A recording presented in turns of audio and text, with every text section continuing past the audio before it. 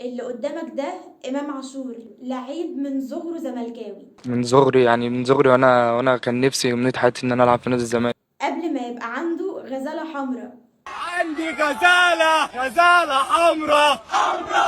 وده أشرف بن شرقي، لعيب وفي وبيحب نادي الزمالك جدا، قبل ما يضحي بفلوس كتير عشان يجي الأهلي.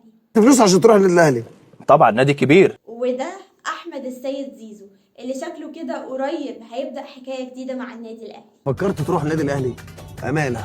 يا اكيد يعني. فكرت ها؟ السوشيال ميديا والإعلام الرياضي كلهم اتقلبوا بعد خبر انتقال زيزو للنادي الأهلي، ومع العلم ان الخبر لسه مش اكيد. وزيزو من وقت ما الخبر تداول وهو اون فاير خالص، لعب ماتشين مع المنتخب، سجل هدفين، وخلي بالك ان الهدفين مش من ضربات جزاء.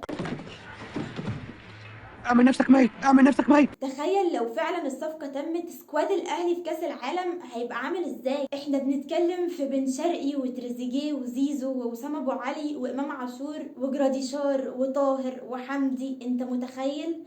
اللهم بارك بجد. يا كابتن محمود يا خطيب، اهدى عليهم شوية، ده انا اهلاوية وتعبت. المرة الجاية هنجيب الشعار بالقوس بتاعه. انا هخاف من ايه؟ ايوه تخاف من ايه؟ هخاف من ايه؟ تخاف من للي ما يعرفنيش، فانا جانا وائل بنت الاهلي وبس كده.